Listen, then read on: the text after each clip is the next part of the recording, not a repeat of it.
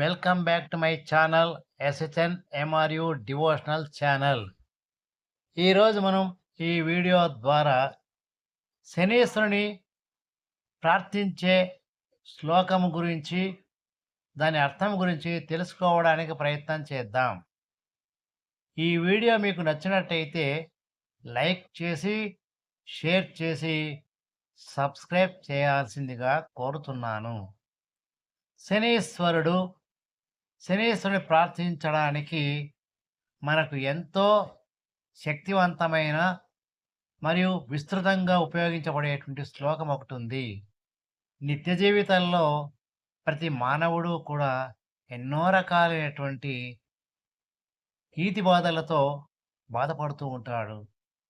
అలాంటప్పుడు శనిగ్రహం నన్ను పట్టింది, నాకు చాలా ఇబ్బందిగా ఉంది అని ప్రతి ఒక్కరు అనుకుంటూ ఉండడం అనేటువంటిది మనము వింటూ ఉంటాం. ప్రతి వ్యక్తి జీవితంలో కూడా దాదాపుగా ఎటువంటి పరిస్థితుల్లోనైనా సరే శని మహాత్ముడి గురించి తప్పించుకోవడానికి వీలు లేకుండా జీవితాన్ని పూర్తి చేసుకోలేము. అయితే చాలామందికి శనీశ్వరుడు కష్టాలు మాత్రమే ఇస్తాడు, ఇబ్బందులు పెడతాడు అనేటువంటి భావన మాత్రమే ఉంది. కానీ శనీశ్వరుడు ప్రతి మనిషికి కూడా సహాయం చేస్తాడు, ప్రతి మనిషికి కూడా మంచి చేస్తాడు. ఇది చాలామంది గ్రహించాల్సిన విషయము. ఇబ్బంది పెట్టినప్పటికీ కూడా సహాయం చేసేటువంటి గుణం అనేటువంటిది ఉంటుంది. చేస్తాడు, సహాయం చేస్తాడు. కాబట్టి మనకు ఇబ్బందులు ఉన్నప్పుడు ఆ దేవుని ప్రార్థించడం అనేటువంటిది సహజము, ప్రార్థించాలి. అలా ప్రార్థించేందుకు మనకు ఒక శ్లోకం అవసరము. ఆ విధంగా ఉపయోగపడే శ్లోకమే శక్తివంతమైన శ్లోకము. ఆ శ్లోకం ఏమిటంటే, నీలాంజన సమాభాసం రవిపుత్ర యమాగ్రజం ఛాయా మార్తాండ సంభూతం తం నమామి శనైశ్చరం.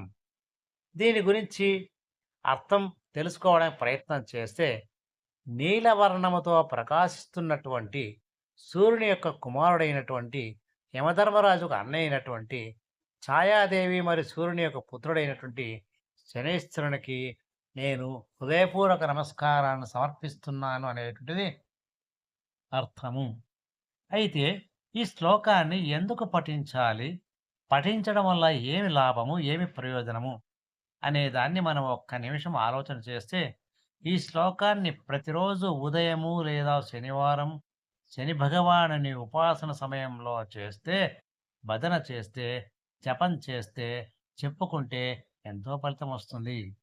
శని దోషం తగ్గుతుంది, ఆత్మస్థైర్యం పెరుగుతుంది, మనశ్శాంతి కలుగుతుంది, కష్టాలు తీరుతాయి, మానసిక శాంతి లభిస్తుంది, కర్మ ఫలితాలు తలుచుకుని జీవితంలో మనం ముందుకు పోవడానికి అవకాశం ఉంటుంది.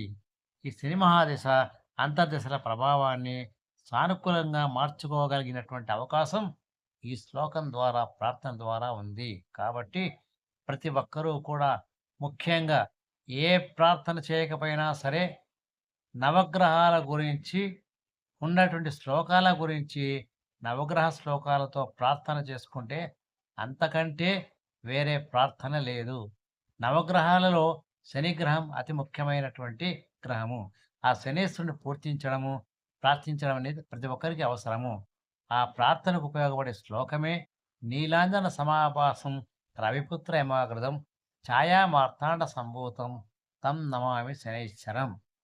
శనైశ్చరం ఇది ఇంపార్టెంటు.